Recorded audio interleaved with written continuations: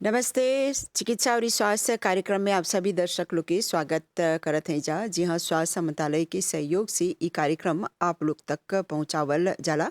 और आज जौन विषय पर बात करे जात हैं जा वह रक्तदाता लोग, यानी जे लोग खून देवेलन सा दूसर आदमी लोग के स्वास्थ्य के भलाई खातिर यही खातिर हर बरिस जौन बाते अंतर्राष्ट्रीय स्तर पर रक्तदाता दिवस मनावल जाला।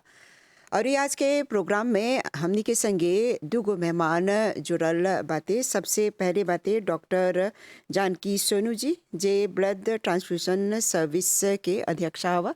आपके बहुत बहुत स्वागत करते हैं जा। नमस्ते उमा जी, धन्यवाद। और चिकित्सा और स्वास्थ्य के सभी दर्शकों को भी हमारा नमस्ते। हाँ, और हमनी के दूसरा मेहमान बाते ब्लड डोनर्स एसोसिएशन के पीओ श्री सिगुलाम जी। आपके बहुत बहुत स्वागत करते हैं जा। नमस्ते उमा जी, और नमस्ते जितने लोग हमने के टेलीविज़न के तरफ से देख रहे हैं जा। हाँ, तो सबसे पहले डॉक्टर सोनू जी, आपसे इस सवाल बातें हमर कि जब देखी रहा जाए कि दुनिया भर में कितने मिलियन आदमी जोन बातें हर बरिस स्वेच्छापूर्वक वोलंटियरमेंट जाके अपन खून दान में देवेलन सा, लेकिन एगो व्यक्ति जोन रक्तदान देवेला दूसर के भलाई खातिर ओकर स्वास्थ्य कितना हद तक चाहेला ठीक रहे के, ताकि वो है जोन काम बातें ई सकी करी। देखिए, जब कोई अपना रक्तदान करने आता है तो सबसे पहले उसकी ये ज़रूरी होता है कि उनका स्वास्थ्य ठीक हो। हम्म, और जब हम स्वास्थ्य ठीक होने की बात करते हैं तो उनको किसी तरह की ऐसी बीमारी ना हो कि खून देने के पश्चात उनके स्वास्थ्य पे कोई असर आए। हम्म, और दूसरी चीज़ जो है उनका बहुत महत्वपूर्ण है कि उनका हीमोग्लोबिन जो है वो ठीक रहना चाहिए कि वो अपना रक्तदान कर सकें। और तीसरी चीज़, उनको किसी ऐसी तरह की कोई ऐसी बीमारी ना हो जो कि उनके खून के द्वारा किसी मरीज़ को ट्रांसमिट हो सके। तो जैसे कि हम जानते हैं कई बीमारियां जैसे HIV है, हेपेटाइटिस जो वायरसेस हैं वो खून के द्वारा किसी मरीज़ तक पहुंच सकती हैं। तो जब हम कोई भी रक्तदाता जब आता है और उनका जब सिलेक्शन करते हैं तो हमको इन बातों का ध्यान रखना होता है। एक, कि उनका स्वास्थ्य ठीक हो, कि ब्लड डोनेशन के पश्चात उनके स्वास्थ्य में किसी तरह की कोई गिरावट ना आए। और दूसरा, कि उनका स्वास्थ्य ठीक हो कि उनके खून के द्वारा किसी मरीज में किसी तरह की बीमारी ना फैले। और दूसरा जिससे हर बरिस हमनी जून महीना के 14 तारीख के अंतर्राष्ट्रीय स्तर पर ई रक्तदाता दिवस मनाइला जा। हाँ, तो एकर एगो उद्देश्य बाते, कोनो न कोनो थीम के संगे ई दिवस भी मनावल जाला। जी हाँ, देखिए, वर्ल्ड ब्लड डोनर डे हम साल 2004 से मना रहे हैं। और ये जो है डिसाइड हुआ था वर्ल्ड हेल्थ असेंबली में कि 14 जून को एक वर्ल्ड ब्लड डोनर डे उसको घोषित किया जाए। और उसका खास मकसद ये था कि जो हमारे ब्लड डोनर्स हैं जो अपनी स्वेच्छा से अपना खून दे करके लोगों की जान बचाते हैं, एक तो इस दिवस पर उनके जो जो कंट्रीब्यूशन है उसको जो है एक्नॉलेज करना, उसको ये कहना कि उनकी वजह से वो जो है रक्तदाता कितनी जानें बचा रहे हैं, तो उनको एक धन्यवाद करने का मौका। और दूसरा, 14 जून, क्योंकि जो हमारे ट्रांसफ्यूजन मेडिसिन के बहुत बड़े एक साइंटिस्ट हैं कार्ल आइंस्टाइनर, उन्होंने पहली बार जो है ABO जो ब्लड ग्रुप जो कि बहुत ज़रूरी है किसी भी ट्रांसफ्यूजन प्रोसेस के लिए, दो उसको डिस्कवर किया था। तो इन दो कारणों से जो है 14 जून को जो है वर्ल्ड ब्लड डोनर डे इसको घोषित किया गया है। पर इसका खास मकसद ये है कि हम जो ब्लड डोनर्स हैं वॉलंटरीली जो आते हैं उनको एक्नॉलेज करें और उनका धन्यवाद करें कि वो उनके रक्तदान से कितनी जो जानें बचती हैं, तो सारी मरीजों के बिहाफ में उनका धन्यवाद करें। तो आपसे कुछ और ही सवाल रही ट्रांसफ्यूजन कैसे हुएला, लेकिन अभी जैसे हमने के संगे बातें श्री सिगुराम जी, ब्लड डोनर एसोसिएशन बहुत तरह से कैसे वजह कैंपेन करेला कि कैसे आदमी लोग के आकर्षित चाहेला करे के, ताकि वो लोग आके स्वेच्छापूर्वक रक्तदान सकिन करे। आप लोग के बहुत काम परेला करे के, हमनी के बोलिया कि एकर पीछे जोन काम रहेला ढेर को नहीं जाने रंसा कैसे होवेला। देखा जैसे कि हमनी के ब्लड डोनर एसोसिएशन फाउंडेड होइलन 1998 में, तो हमनी के ऑब्जेक्टिव ही है कि जितने जनता लोग बा वो लोग के चाहला हमनी के सेंसिबिलिजे करे, वो लोग के अवेयरनेस करे के, ताकि वो लोग हमनी के ब्लड डोनर्स हो जाए जा। तो हमनी जब शुरू कर ली जा तो कैसे कि जाने ला कि सिर्फ 25% दोने वॉलंटियर अलग। तो हमनी के ये चैलेंज रहलन कि हमनी के चाहला जितने लोग खून दे सब के चाहला वॉलंटियर के। तो उस साथ में डॉक्टर सनू भी हमनी संगे शुरू कर ली जा है एसोसिएशन। तो हमनी के कैंपेन अलग करे के जनता लोग के जितने गांव में जाए के सगरो साउथ सोशल में, साउथ कम्युनिटी में, म्यूनिसिपालिटी में, एनजीओज में जाके बोले के कि वो लोग के चाहला रक्तदान ऑर्गेनाइजे करे के। तो हई जब दानवा ऑर्गेनाइजे कर ला जा तो हमनी जायला जा हुआ पड़ी एगो कोजरी करे, टोक करेला जा हुआ पड़ी। तो हउ कोजरी में वो लोग के सबके जनाए ला जा कि काहे पोता बा खून दे के।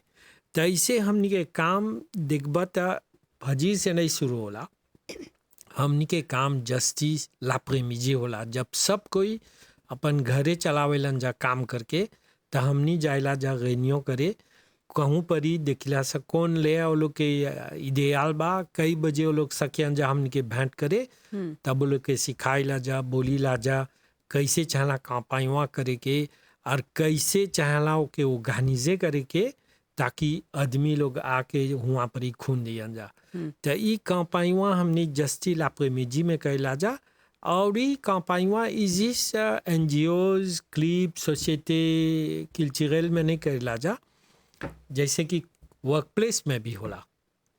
तो उद्दीपन है कई बजे वर्क प्लेस के जितने लोग ह्यूमन रिसोर्स मैनेजर लोग हैं वो लोग से मांग करी ला जा कि वो लोग हमनी के बोली कितने बखत कहाँ से कब से जाए, तब ई वो लोग के कैलेंडर के उदाहरण हमनी जाके वहाँ पर ही कोजरी कैला जा और वो लोग के स्पीके कैला देखबा निमन से। तो ई कमवा जस्ती चाहला जाके वो लोग के एक्सप्लिके करे के काहे चाहला खून दे के। तो ई काम ब्लड डोनर्स जैसे के ई तरह के आयोजन लगभग रोज ही होवेला, और ये अक्सर देखिला जा जहाँ जहाँ ई ब्लड डोनेशन कार्यक्रम होवेला मंत्रालय के एगो करावान रहेला संगे, त लगभग कितना पाइंट जोन बाते खून जमा हो जाला रोजाना। देखा हर रोज के हबी लाबंग जिसा के चाहला à peu près 125 à 150 पाइंट खून। तो जस्ती खून मिलेला वीकेंड में काहे कि सब लोग घरे रहलन जा, वो लोग ऑर्गेनाइजे होला, ढेर एनजीओज लोग बा, ढेर ग्रुप बा जन सोशल वॉलंटियर में बा, वो लोग ऑर्गेनाइजे करता। ला सेमेन में लाबंग जिसा के जोन कारावान है उ 2-3 जगुन जालन जा, जितने कारावान बा हुआ पर ही जालन जा खून रमा से, तो उतना नहीं मिलेला। मैं जब एगो कंपाई ऑर्गेनाइजे करेला कि एगो वर्क प्लेस में रहला, किसी स्कूल में रहला, तब हियाँ पर ही जाके तनी हमनी के जस्ती खून मिलेला। तो ये सकब जा बोले कि जब कारावान जाला कहूँ तो हुआ पर ही हमनी के जोन मोचिवाते लोग बा, हमनी के जोन एक दूगो वॉलंटियर जालन जा, हुआ पर ही आदमी लोग जितने लोग पासा होवन जा वो लोग पासे होलन जा, तो वो लोग के बोली ला जा आके खून दे के। तो ये फासिल काम नहीं है सब है। तोरा हम सकब बोले कि तू सकेला 100 जना के बोलबा आके खून दे के, तो बहुत 3-4 गो जना आयन जा। लापली पर आदमी के जब बोलबा खून आके दे के, तो वो बोलेला हम बहुत जल्दी में हैं, हमके हमर लड़का तन कता, हमके हमर 20 गाते हो जाब, हमके अभी फेंक दिल हैं, है सब परेला हमनी के एक्सेप्टे हो के। मैं फिर भी सकब बोले कि कितने लोग आके वो लोग देवे लंजा खून। तो हर रोज के कुमाजिया 150 नहीं मिलेला, मैं सकेला एगो 60-75 मिली हर रोज के। तो हमनी के लाबंग जिसा में कैसे कि डॉक्टर सन्नू बोलियन कि प्लेटलेट्स के काम लगेला, तो वो फ्रेश ब्लड से प्लेटलेट्स के काम लगेला। तो ये बोले सकब कि देबुए हो जाला। हाँ, यानी जैसे रक्तदान जोन ह ई एगो मानवतावादी कैसे बरजला कार्य ह और ई स्वेच्छापूर्वक अपन से आवेला कि देवब नहीं देवब। जैसे आप बोलत हवा कि काफ़ी तकलीफ के भी सामना पड़ेला करे के, कोई नहीं आवे खोजेला। लेकिन डॉक्टर सोनू आपसे ई पूछब, जैसे ढेर कोई बोलेला जितना हमनी रक्तदान करब जा उतना हमनी के स्वास्थ्य खातिर वो अच्छा रहेला। अ, जी हाँ, रक्तदान कई लोग कहते हैं कि अगर हम रक्तदान करें तो इसके हमारे क्या फ़ायदे हैं। हम्म, तो एक तो ये सही बात है कि जब आप एक रेगुलर ब्लड डोनर हैं तो जब आप ब्लड डोनेट करते हैं, जो आप वो करते हैं, तो आपका शरीर जो है जो फ्रेश जो है खून वो तैयार करता है। तो इससे आपके स्वास्थ्य में हाँ ये फ़र्क पड़ता है। दूसरी चीज़, लेकिन सबसे बड़ा फ़ायदा जो मैं बोलती हूँ कि एक वो साइकोलॉजिकल सेटिस्फैक्शन है कि आपने मान लीजिए कोई अच्छा काम किया तो आपको अंदर से खुशी होती है और ये खुशी आपके स्वास्थ्य पर हमेशा एक पॉजिटिव इफ़ेक्ट लाती है। तो इसी तरह से जब आप वॉलंटरीली आप रक्तदान कर रहे हैं और किसी की जान बचा रहे हैं, तो ये जानने का सेटिस्फैक्शन कि आपने किसी की जान बचाई, तो इससे भी आपके शरीर पर ही नहीं लेकिन आपके जीवन में एक जो है एक पॉजिटिविटी लाता है।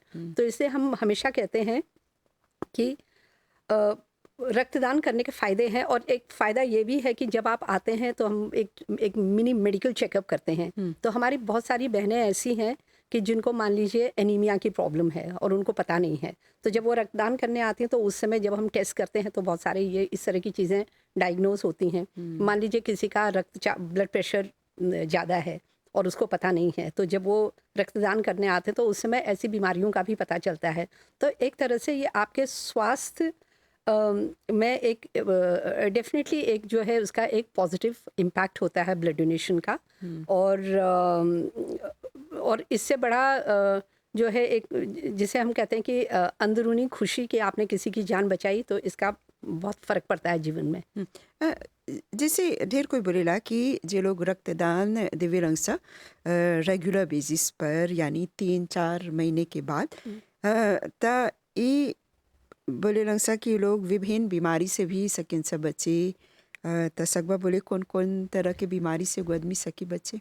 देखिए, मतलब ऐसा कोई वो नहीं है कि वो बीमारियों से बचते हैं। हाँ, जब आप खून देते हैं तो एक तो हमारे शरीर में एक होता है जिसको हम कहते हैं आयरन फेयर, और ये ओवर द इयर्स जो है ये जमा होता है। तो जब आप रेगुलर ब्लड डोनर होते हैं तो क्योंकि जब ये आयरन शरीर पे जमा होता है तो ये हानिकारक हो सकता है कई हमारे ऑर्गन्स के लिए। तो जब आप रेगुलर खून देते हैं तो वो फेयर की, और ख़ासकर ये मेल्स में होता है कि उनके शरीर में उसको शरीर से निकालने का और कोई तरीका ज़्यादा होता नहीं है। तो जब वो ब्लड डोनेट करते हैं तो वो फेयर की मात्रा कम रहती है।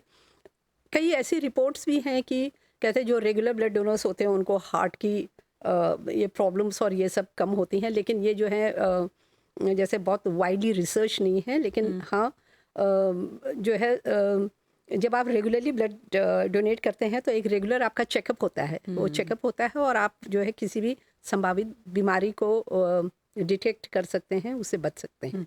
तो अभी जैसे विभिन्न बीमारी के सामना हमने के परेला करी के और ई जैसे रोज़ कितने पाइंट खून के ज़रूरत पड़ेला, त जब कम पड़ जाला कैसे कया जाए? जैसे ट्रांसफ्यूजन के ज़रूरत पड़ेला त हई सब के सामना करे खातिर कैसे आप लोग के परेला कदम उठाई के? देखिए, जब एक ब्लड ट्रांसफ्यूजन सर्विस को मैनेज करने की बात आती है तो एक तो हम एक प्रोजेक्शन होता है कि हम देखते हैं सालों साल हमारा जो ट्रेंड है ब्लड यूज़ करने का वो किस तरह का है।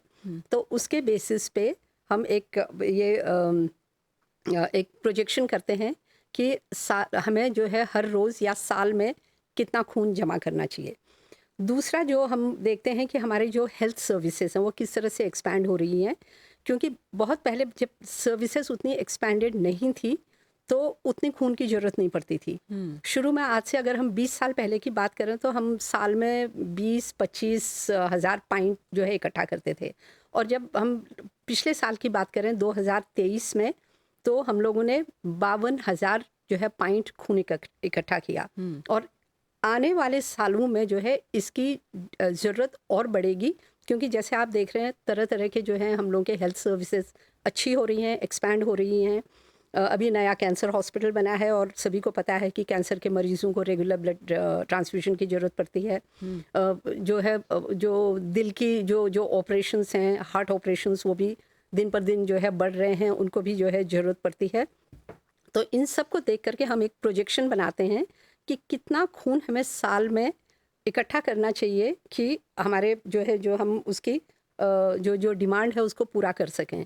और हमारा जो प्रोजेक्शन है कि अगर साल में हम इस साल का हमारा जो टारगेट है, पिछले साल 52,000 था, इस साल हम लोगों ने टारगेट रखा है कि 55,000 पॉइंट खून इकट्ठा हो और आने वाले 2-3 सालों में 60,000 तक हमें सालाना जो है खून की ज़रूरत पड़ सकती है। तो ई जैसे आप ई ट्रांसफ्यूजन के बारे में अगर थोड़ा सा विस्तार से बोलबा, कौन कौन बीमारी खातिर एगो आदमी के ज़रूरत पड़ जाला? देखिए बहुत सारी जो है कंडीशंस में जो है ट्रांसफ्यूजन देते हैं। जैसे आम लोग जानते हैं, मान लीजिए कोई बहुत बड़ा एक्सीडेंट हो गया और बहुत ज़्यादा ब्लड लॉस हुआ तो उसको जो है ट्रांसफ्यूजन की ज़रूरत पड़ती है। इसी तरह से जो महिलाओं में जो प्रेगनेंसी के टाइम पर अगर कोई कॉम्प्लिकेशंस हों और उनमें बहुत ज़्यादा खून की जो है उन्होंने लूज़ किया तो उसमें ट्रांसफ्यूजन की ज़रूरत पड़ती है। तीसरा, यहाँ पे हमने देखा है कि कैंसर जो है ऐसी बीमारी है दिन पर दिन बढ़ती जा रही है और कैंसर का जब ट्रीटमेंट करते हैं तो उनका शरीर जो है कुछ समय के लिए खून बनाना बंद कर देता है, तो उनको इस सपोर्ट की ज़रूरत होती है। इसके अलावा हमारे जो कुछ मरीज़ हैं जिनको कि जन्म से ही मतलब ऐसी वो बीमारियां हैं कि जिनको एनीमिया की प्रॉब्लम है, जैसे थैलासीमिया, सिकल सेल एनीमिया, तो ये सब जो है लाइफ लॉन्ग ट्रांसफ्यूजन सपोर्ट पे रहते हैं। इसके अलावा रिसेंटली देखा होगा यहाँ पे डेंगू आउटब्रेक अभी भी चल रहा है। तो इस तरह के जब वायरल इन्फेक्शंस होते हैं तो उनमें क्या होता है कि शरीर में कभी कभी जो है कुछ वो कंपोनेंट्स जो ब्लड के उनकी कमी होती है, जैसे मान लीजिए प्लेटलेट्स, क्योंकि डेंगू आउटब्रेक के टाइम पर जो हम लोगों के यहाँ प्लेटलेट की डिमांड इतनी ज़्यादा बढ़ गई थी और हमें जो है रोज़ जो है वो प्लेटलेट्स को प्रोड्यूस करने की ज़रूरत पड़ती थी। तो कुछ तो एक्सपेक्टेड डिमांड्स हैं कि जो हम कह सकते हैं कि हमारे पास कितने हॉस्पिटल्स हैं, कितने बेड्स हैं, कितने क्रिटिकल बेड्स हैं, उसके ऊपर जो है हम कह सकते हैं हमें इतने खून की ज़रूरत है। और कुछ जो है अनएक्सपेक्टेड होती हैं, जैसे डेंगू आउटब्रेक है, या मान लीजिए कोई कल कोई और इस तरह की मतलब किसी तरह का आउटब्रेक हो कि जिसमें बहुत सारे हेमरेजिक फीवर्स होते हैं, तो जिनमें जो है ट्रांसफ्यूजन की ज़रूरत पड़ सकती है। तो कहने का मतलब ये है कि हमें और जो स्वास्थ्य मंत्रालय और ब्लड ट्रांसफ्यूजन सर्विस हमेशा हम लोगों की ये एक एफर्ट रहता है कि हमारा स्टॉक हमेशा ठीक रहे, ताकि कोई भी इमरजेंसी हो तो हम जो है उसके खून की पूर्ति कर सकें और जिस मरीज़ को ट्रांसफ्यूजन की ज़रूरत है उसको हम ट्रांसफ्यूजन दे सकें। और ये रक्तदाता के अगर बात करब जा त एगो उम्र रहेला जे सकी आके खूनदान दे, और ई स्कूल में भी कैंपेन चलावल चला, तो उसी गुलाम जी कैसे होवेला हो जा परी? देखा जैसे कि थोड़ा दिन से बोले आवत है जा कि हमने की जितने दुनिया देशा होन जा वो लोग सब आजे होले आवत होन जा। तो जब आजे होत होन जा तो हमने एगो ध्यान में डाल लीजिए कि लेकोल सेकेंडरी जोन बा जहाँ पर जितने चीज़ें लोग बा जिसे ताँ आमोते तो लोग के सकब जा रिक्रूटे करे दुनिया देशा के।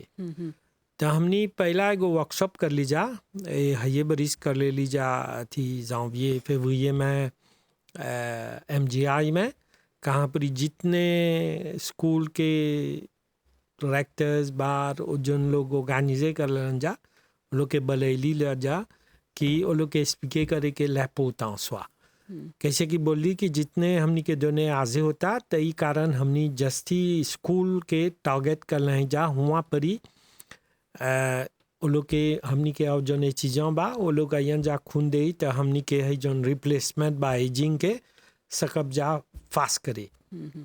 तो स्कूल में ला बैंक जिसा मिनिस्टर एजुकेशन सब मिलजुल के वहाँ पर ही रक्तदान प्रेस के सब लेकोल में करते जा। हबी तो सकब बोले कि एगो आपे प्रेगो हबी bon premier thème deuxième thème ले सकब जा करे दो जिसा, फिर वो आपरे troisième thème में तनिक काड़ा हो जाला। तो वैसे कि एगो आपे प्रेगो 30-35 कॉलेज में हो गल बा और ई दूसर स्कूल लोग बोले वन जा करियन जा उ देखियन जा कब सकेयन जा करे। तो ये एगो कैंपेन हमन के ऑन गोइंग कैंपेन है। हुआ पर ही काहे खातिन बस कि वो लोगे हवन जा हमन के मान ला एगो मान ला बासे बा एगो कांचते मच्छी बा हुए से सकब जा निकाले। तो हम यानी नहीं बोलते हैं कि रिलेव चीज़ हवन जाओ से लोग आगे के। हवे हमनी के गले वन जाए चीज़ जाओ लोग तो वो लोगे के हमनी भरोसा रखत है जा और ये ध्यान डालत है जा कि जितने लड़का लोग बा वो लोग के सिखावत है जा बोलत है जा कितना है पोता बा बस कि नहीं भुलाए के चला अभी तो लड़का हुआ काल तो हर परिवार आजे होता के जाने ला ओकरे काम पर ही खून के। बिल्कुल। कोनो खास संदेश आप देवे खोजबा ये रक्तदाता दिवस के अवसर पर? देखा है जोन रक्तदाता है वर्ल्ड ब्लड डोनर डे हम हमेशा से बोले हैं जा कि जिस हमनी के डोनेट जिसा लोग के नहीं बोलब जा धन्यवाद में जितने लोग मिलजुल के हमनी के स्पॉन्सर लोग बा हमनी के कितने लोग जो हमनी के प्लास देवेलन जा ऑर्गेनाइजे करे के तो हमनी कबो नहीं भुलाइला जा। जैसे कि कोविड हो गया अलग तो कितने लोग अपन अपन घर के लाभांग दे रहलन जा बोलन जा कि हियाँ सकबा रक्तदान करे ओकर परिवार आवी। तो हमनी हमेशा लोग के ध्यान में रखीला जा कि ऐसा चाहला हमनी के जनता लोग के और ई मांग करब कि जितने नौजवान लोग बा डिफरेंस नहीं रखे के हमेशा जब देखबा कि एगो कारावान बा तो तू इतना ध्यान डाला कि हम खून जाके देवत हैं तो दूसर के जान बचावत हैं और अपनो जान बचावत हैं। बस कि अभी जब सुनबा राजो में हर रोज के तो 40 बरिस से आ मोते देखबा ढेर कोई गुजर जाता जब नीमन से देखबा पूछबा कोच होल बा तो बोलियन जा लोग के कार्डियक अरेस्ट हो गल बा। तो वो लोगे जे हम डॉक्टर बोलन कि सकेला कमी करी जब खून देबा तो हर खूनवा जो लावेन में बा जस्ती चली निमन से। तो ये मांग करब हम जितने जनता लोग बा वो लोग आके खून दियन जा हमेशा हमनी के लाभंग जिस समय कमी नहीं होई। फिर भी हमनी बहुत मांग करीला जा कि जितने कैंपेन के खुद में देवलन जा रेडियो टीवी जितने लोग बा वो लोग के बहुत धन्यवाद देवत है जा। ठीक। और डॉक्टर सोनू जी हर साल जोन बातें ये रक्तदाता दिवस के अवसर पर मंत्रालय की तरफ से भी काफ़ी आयोजन भी होवेला।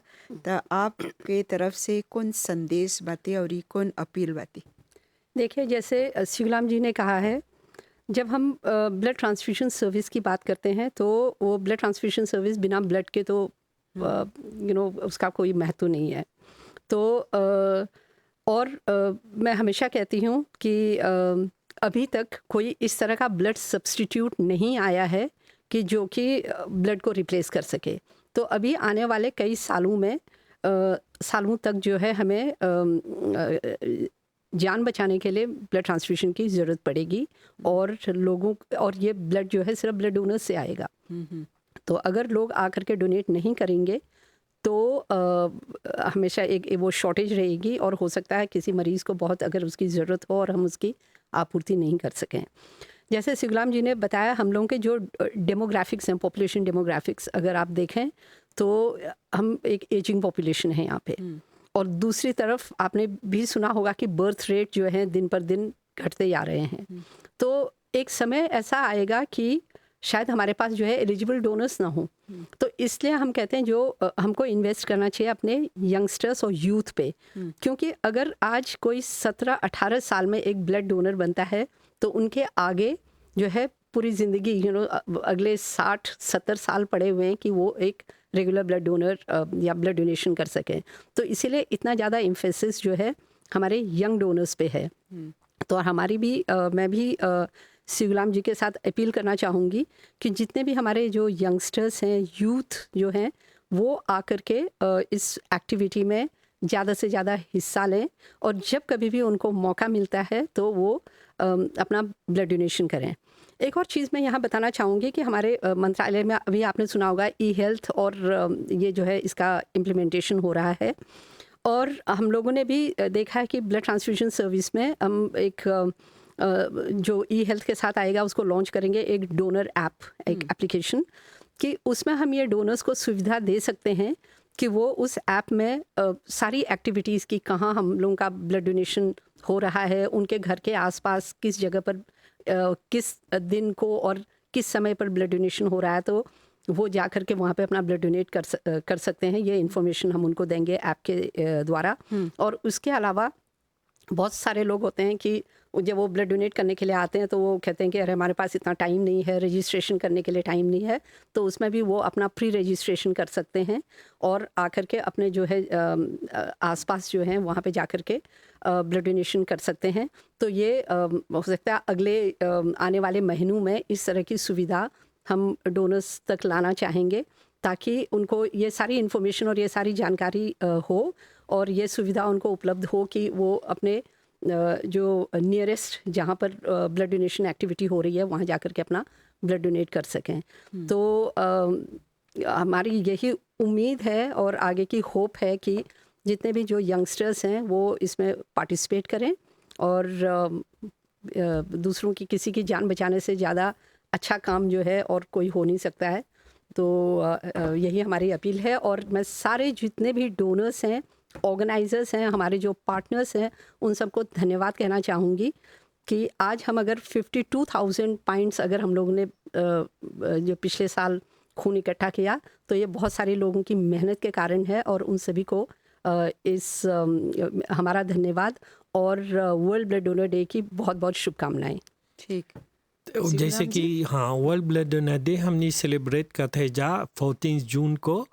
हमने के जौन कॉलेज लोगे था शहर के वहाँ पर ही करते हैं जा, जहाँ पर ही हमने के मौसे ये जिगोन आयन chief guest minister of health आयन और ये दूसर जितने लोग बाद जितने कॉलेज हवन जा कॉन्फेशनल के वो लोग सब कोई मिलजुल के ढेर कोई क्या बीते कर लें जा, वहाँ पर ही एगो रक्तदान करते जा हो दिन और एगो कॉम्पिटिशन कर ले ली जा वीडियो के लेकोल के लड़का लोग से लोग के जाने खोज तली जा एक काहे आदमी खून नहीं दे खोजेला, तो ये सब हमने प्राइजेस करब जा हुआ पर ही कॉलेज लोग शहर में लेकातोर जा को। ठीक। तो आप दोनों के बहुत बहुत धन्यवाद देवत हैं जा ये सब जानकारी हमने के संगे बांटे खातिर। जी हाँ, चिकित्सा और स्वास्थ्य कार्यक्रम में जैसे आज हमने बात कही जा रक्तदाता दिवस के बारे में और जैसे कि बतावल गल कि हर बरिस 14 जून जो है समर्पित है रक्तदाता लोग खातिर, काहे के वो लोग स्वेच्छापूर्वक आके अपन खून दान में देवेरन जा।